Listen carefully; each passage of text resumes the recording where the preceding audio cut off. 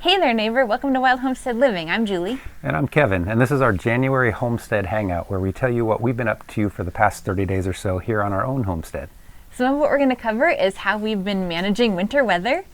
We're going to cover what the wildlife's been up to on our property, how we're planning for the upcoming growing season, as well as the exciting new series we recently launched. Let's get started.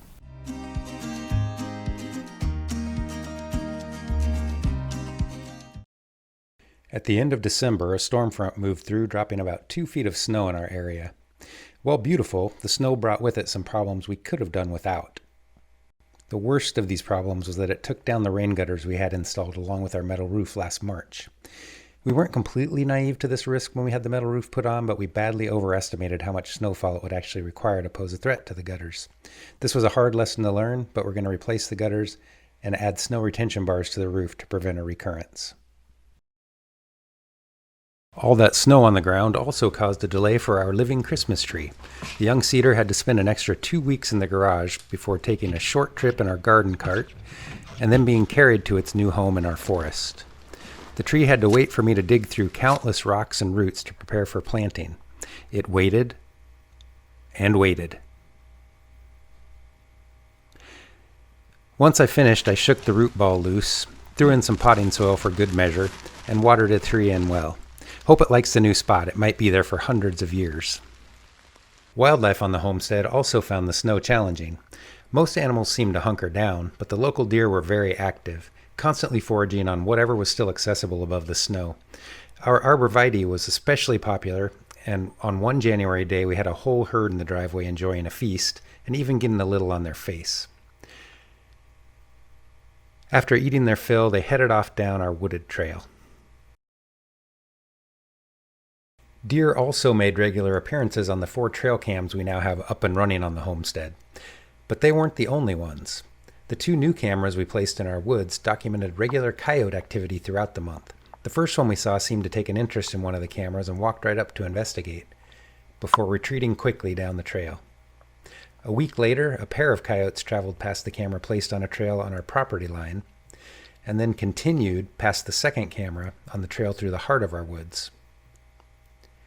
5 days later, that same trail was a coyote highway, with the camera capturing them again and again throughout the night. We love knowing these guys are out there, and we're very happy to have them as neighbors.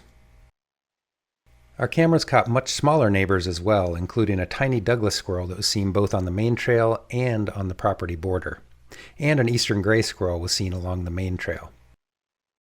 Northern flying squirrels made several appearances on both of our cameras as well, and we were most excited to see them because they're only active well past our bedtime, and we rarely get to see them live and in person. So seeing them when they're up and about after dark was quite a treat. Many birds, both permanent residents as well as winter visitors, have also been here on the homestead in January, and we know there are many reptiles, amphibians, insects, and other small creatures present but dormant, waiting for warmer weather to return. We feel fortunate to share this place with each of them. We will continue to try to preserve and improve the habitat on which they rely. Even though it's still the depths of winter here in the Pacific Northwest, we are excitedly planning our spring garden. If you're new to growing vegetables, we encourage you to download our free guide at our website. While it's still too cold and too wet to be spending much time outdoors, it's a great time to be spending time in the kitchen, exploring working with sourdough.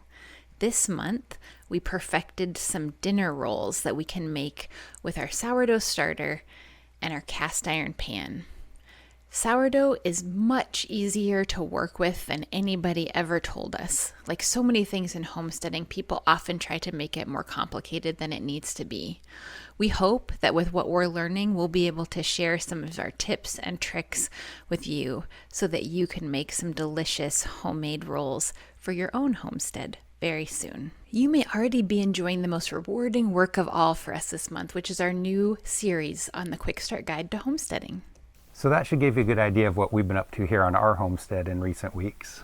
If you found this video interesting, we would love for you to subscribe to our channel. That way you'll know when we put out new content. It'll help others find it as well. Thank you so much for joining us. We'll see you next time. Mic check, mic check, check, check, check, check, check. Mic check.